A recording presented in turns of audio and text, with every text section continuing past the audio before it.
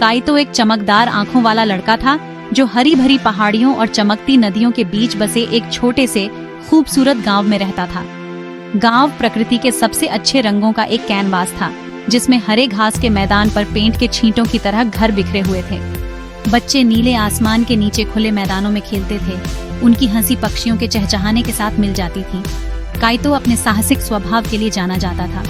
उसे अपने गांव के आसपास के जंगलों और घास के मैदानों की खोज करना बहुत पसंद था। अपनी जेब में हमेशा तैयार गुलेल और सिर पर रखी टोपी के साथ काइतो कभी भी शरारत या खोज से दूर नहीं था। उसकी जिज्ञासा उसके गांव के ऊपर के आसमान की तरह असीम थी। अपने शरारती स्वभाव के बावजूद काइतो का दिल दयालुता से भरा था।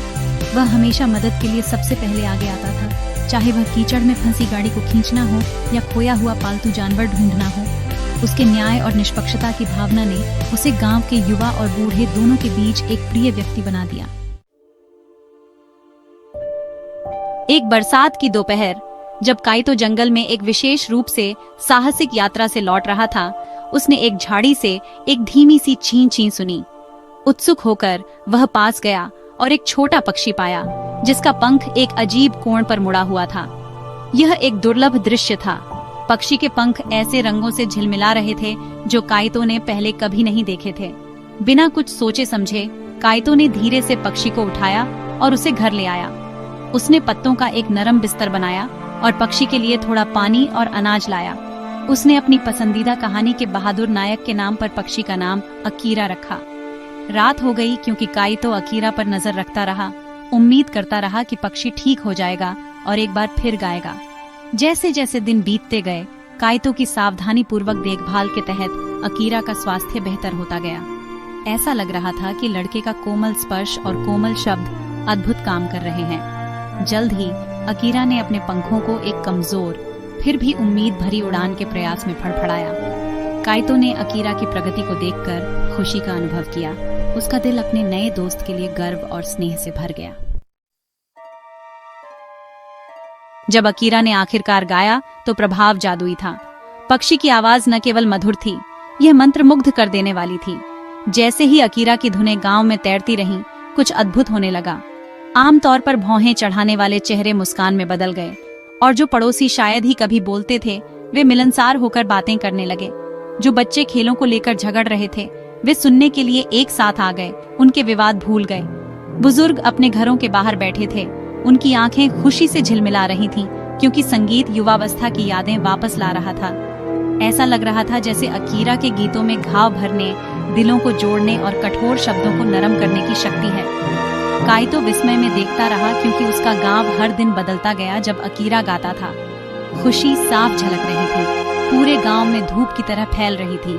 उसने अपने दिल में गहरी संतुष्टि महसूस की, यह जानकर कि अकीरा के प्रति उसकी दयालुता के कारण इतनी खुशी हुई थी। अकीरा के साथ उसका बंधन मजबूत होता गया। कृतज्ञता और पक्षी के रहस्यमय उपहार पर आश्चर्य की भावना से भर गया। एक दिन एक धनी व्यापारी गांव आया। उसने एक जादुई पक्षी के बारे में कहानियां सुनी थीं, जिसका गीत सबसे कठोर दिलों को भी मोह सकता था। अकीरा का गीत सुनकर वह मंत्रमुग्ध हो गया और तुरंत एक अवसर देखा। उसने अकीरा को मोटी रकम में खरीदने के प्रस्ताव के साथ काइतो से संपर्क किया, यह वादा करते हुए कि पक्षी की देखभाल की जाएगी और उसे पोषित किया जाएगा। काइतो फटा हुआ था। यह पैसा उसके परिवार और यहाँ तक कि उसके कुछ पड़ोसियों की भी मदद करने के लिए पर्याप्त से अधिक था, जिन्हें इसकी आवश्यकता थी। उसने कल्पना की कि वह इससे कितना अच्छा कर सकता है। फिर भी अकीरा को खोने का विचार, जो उसका सबसे करीबी साथी बन गया था, उसके दिल को भारी कर गया। उसने सोचा कि क्या अकीरा की आजादी को पैसे के लिए बेचना सही है। व्यापारी ने काइतो की झिझक को भांप लिया और अपने प्रस्ताव को बढ़ा दिया, जिसमें भव्य उपहार और प्रसिद्धि के वादे शामिल थे। काइतो ने महसूस किया कि निर्णय का भार उस पर दब रहा है। उसने एक बेचैन रात बिताई, इस पर विचार करते हुए कि अकीरा, गांव और खुद के लिए सबसे अच्छा क्या है। प्रलोभन बहुत बड़ा था, लेकिन अकीरा के लिए उसका प्यार भी उतना ही बड़ा था। सुबह में काइतो ने अपना निर्णय लिया। उसने व्यापारी के प्रस्ताव को अस्वीकार कर दिया। इसके बजाय अकीरा को स्वतंत्र रहने देने का फैसला किया। अकीरा का गीत सभी का है, काइतो ने व्यापारी से कहा। यह सिर्फ मेरा नहीं है कि मैं इसे बेच दूं। उसने महसूस किया कि अकीरा गांव में जो खुशी लाता है वह अमूल्य है और उसे सीमित नहीं किया जाना चाहिए। व्यापारी चला गया, भले ही निराश था, लेकिन गांव ने काइतो के फैसले का तहे दिल से समर्थन किया। जैसे ही अकीरा गाता रहा, गांव इस तरह से समृद्ध हुआ जो न केवल आर्थिक बल्कि हार्दिक था। लोग दयालु हो गए, समुदाय करीब आ गया और माहौल लगातार खुशनुमा था।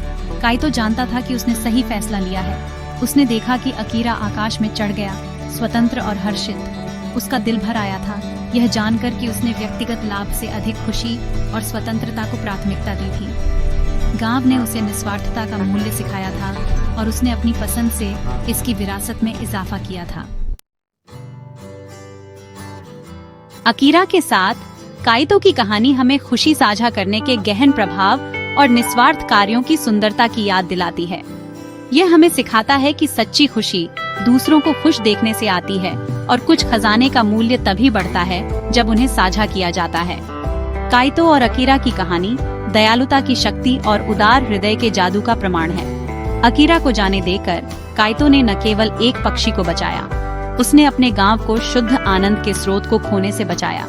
व्यक्तिगत लाभ से अधिक सामूहिक खुशी को प्राथमिकता देने का उनका निर्णय साझा करने और देखभाल करने के गुणों के बारे में बहुत कुछ कहता है। ये सभी के लिए एक शक्तिशाली नैतिकता है, खासकर ऐसी दुनिया में जहां व्यक्तिगत इच्छाएं अक्सर सांप्रदायिक आवश्यकताओं पर हावी हो जाती हैं।